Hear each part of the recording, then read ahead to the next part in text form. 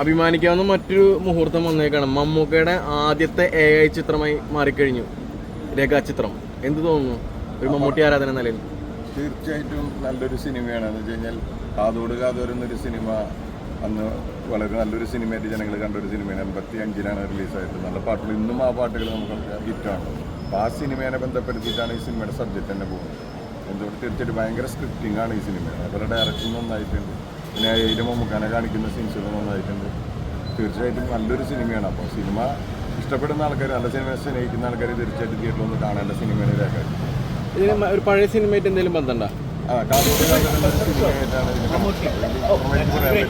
ആ സിനിമയുടെ ലൊക്കേഷനിൽ നല്ലൊരു സംഭവത്തിന് കണക്ട് ചെയ്തിട്ടാണ് സിനിമ രേഖ. അതിന് ഡെവലപ്പ് ചെയ്തേക്കാണ് ആ സ്റ്റോറിനെ. അത് നന്നായി എടുത്തിട്ടുണ്ട്, നന്നായി ചെയ്തിട്ടുണ്ട്, നല്ല വൃത്തിക്ക് ചെയ്തിട്ടുണ്ട് സിനിമ. അത് നമുക്ക് ആവശ്യമുള്ള സമയത്ത് കൃത്യമായിട്ടുണ്ട്. പിന്നെ ഡയലോഗുകൾ കൂടെ തന്നെ ഉണ്ട്. പിന്നെ വിഷ്വലായിട്ടും വരുന്നുണ്ട് സെക്കൻഡ് ഹാഫിൽ. നന്നായി ചെയ്തിട്ടുണ്ട്. ഇതിൽ ട്രോളാൻ പറ്റില്ല. വളരെ 3-4 സ്ഥലത്തെ കാണിക്കണം. അത് മനോഹരമായിട്ട് ചെയ്തിട്ടുണ്ട്. പഴയ കാലഘട്ടത്തിലെ അതെന്താ വെച്ചെന്ന് വെച്ചാൽ ഈ സിനിമയിൽ തന്നെ പറയുന്നത് വെച്ച് കഴിഞ്ഞാൽ നിറക്കൂട്ടി യാത്രയ്ക്കൊക്കെ മുടി കളഞ്ഞ സമയത്തായിരുന്നു ഇവിടുത്തെ ഷൂട്ടിങ്. അപ്പോൾ അതിന് വിഗാണ് വെച്ച് കൊടുക്കുന്നത്. ഈ സിനിമയിൽ തന്നെ പറഞ്ഞാൽ അന്ന് ഏറ്റവും വലിയ തിരക്കുള്ള ഒരു അസോസിയേറ്റ് ഡയറക്ടർ കമൽ സാറായിരുന്നു. അപ്പോൾ കമൽ സാറിൻ്റെ മുടി കണ്ടിട്ടാണ് ഭരതൻ സാറ് പറയണത്. അതേമാതിരി ഒരു വീക്ക് മമ്മൂട്ടി പടത്തിൽ വെക്കുന്നത്. ലൂയിസിൻ്റെ കഥാപാത്രമല്ല ചെയ്തത്. വളരെ മനോഹരം. ഒരു കവിത, ഒരു ചെറുകഥ വായിക്കുന്ന മാതിരി ജോൺ പോൾ എഴുതിയ സിനിമയുടെ കാതോട് കഥ. മനോഹരമായ പാട്ടുകൾ, ഭയങ്കര രസമുള്ള സിനിമയായിരുന്നു. അതിന് നമുക്കൊരു വേറൊരു കാലത്തിൽ പോയി, നമ്മൾ 85-ലേക്ക് പോയി. അതേമാതിരി തന്നെ 2025-ലാണ് കഥ പറയുന്ന കാലഘട്ടം. 2 കാലഘട്ടത്തിൽ പോയി ഭയങ്കര രസകരമായിട്ടൊരു ട്രാവലിംഗ് ആയിരുന്നു.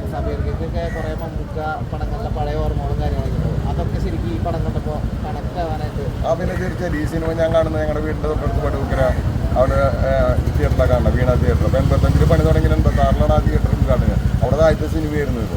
അപ്പോൾ ഭയങ്കര നാട്ടിലൊരു ഉത്സവമായിരുന്നു. അതാണ് ജനങ്ങൾ അവിടെ 3 ആഴ്ചയ്ക്ക് അന്നത്തെ കാലത്ത് കളിച്ച പടം. അപ്പോൾ ഞാൻ അവിടെ നിന്നാണ് ഈ സിനിമ കാണുന്നത്. അച്ഛൻ്റെ കൂടെ പോയിട്ടാണ് ഈ സിനിമ കാണുന്നത്. മനോഹരമായ സിനിമയായിരുന്നു. അന്നും നമുക്ക് ഭയങ്കര ഇഷ്ടപ്പെട്ട, മനസ്സിൽ കയറിയൊരു സിനിമയാണ്. പിന്നെ തീർച്ചയായും മമ്മൂക്കാക്ക് കാതോട് കാതോരുന്ന സിനിമയിൽ ഹീറോയിസ് ഒന്നും ഇല്ല. സംഗതി മമ്മൂക്കയുടെ വില്ലൻ എതിര് ഓപ്പോസിറ്റ് നിൽക്കുന്ന ജനാർദ്ദനും ഇന്നസെൻ്റ് ഒക്കെയാണ്. അവരിൽ ജനാർദ്ദനായിരുന്നു വരെ തല്ലി കിട്ടുന്ന ക്യാരക്ടറാണ്. അങ്ങനെ വലിയ ക്യാരക്ടറുള്ളൂ, അല്ലാണ്ട് വലിയ ബിൽഡപ്പ് സ്റ്റാർ എന്നുള്ളതല്ല ക്യാരക്ടർ. ലൂയിസ് തന്നെ വളരെ ഒരു ജോലി തേടി ഗ്രാമത്തിൽ വരുന്ന ഒരാൾ, അവിടെ ഉണ്ടാകുന്ന സംഭവങ്ങൾ ഭയങ്കര സിനിമയായിരുന്നു. നന്നായി ചെയ്തിട്ടുണ്ട്. ആസിഫലി നന്നായി ചെയ്തിട്ടുണ്ട്. പിന്നെ ടോട്ട് ജോബി നന്നായി ഡയറക്റ്റ്, നല്ല സ്ക്രിപ്റ്റ്, അതുപോലെ വീര്യം എല്ലാം കൂടി നല്ല സിനിമ. തീർച്ചയായിട്ടും കാണേണ്ട സിനിമയാണ്. തിയേറ്ററിൽ കാണേണ്ട സിനിമ.